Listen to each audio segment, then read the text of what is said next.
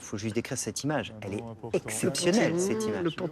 C'est absolument fascinant, vu sur tout Paris. Alors évidemment, on est moins haut que les touristes qui montent à la Tour Eiffel. La Tour Eiffel, c'est 312 mètres. Là, on est à une centaine de mètres au-dessus du sol, 96 mètres exactement.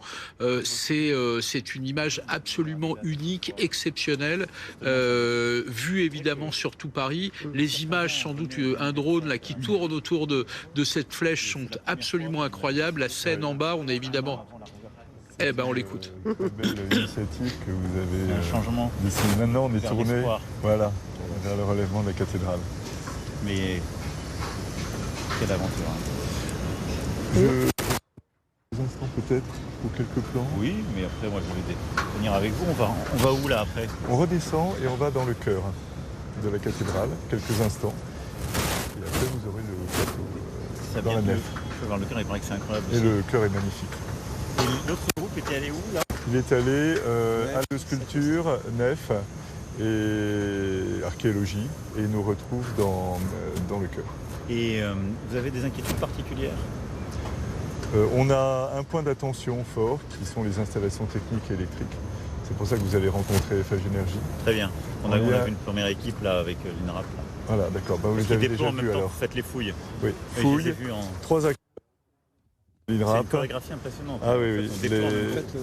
Les terrassements avec qui prennent du retard par rapport à l'autre. Une entreprise vraiment très mobilisée, Chevalier. Oui, j'ai vu Chevalier et FH Énergie. Bon, bah, vous avez vu. Donc ça, voilà, on va pouvoir aller dans le cœur directement. Eux, ils tiennent l'autre chemin critique de la réouverture, qui est celui des installations techniques. Peut-être moins visible, et puis, mais qui est... Voilà, qui est moins visible. Mais là, maintenant, on a la poursuite de ce chemin critique-là, c'est-à-dire la couverture dont vous avez parlé avec les leviers, l'achèvement de la vue de la croisée du transept. Bon, ça grésille un petit peu, on est en hauteur 96 mètres, on le disait, on va reprendre tous les sujets, Emmanuel Macron nous a fait du teasing, on va aller dans le cœur dans un instant, vous allez voir, je pense qu'on va aussi là avoir des images absolument exceptionnelles.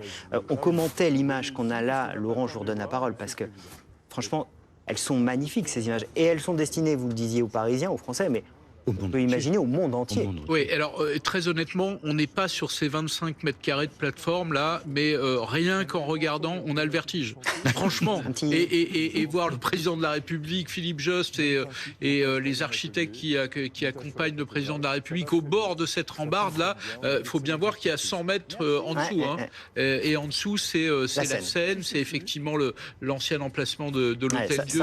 C'est incroyable cette image. Regardez avec cette grue qui s'élève au-dessus ou à la hauteur... Il n'a pas le vertige, visiblement, le président est à l'aise. Non, je ne suis pas sûr que tout le monde serait capable de monter là-haut. Aussi une façon, Laurent, pour le chef de l'État de remercier, il l'a déjà dit, déjà fait, tous ces artisans qu'on met à l'honneur et dont on parle depuis une demi-heure maintenant, qui œuvrent.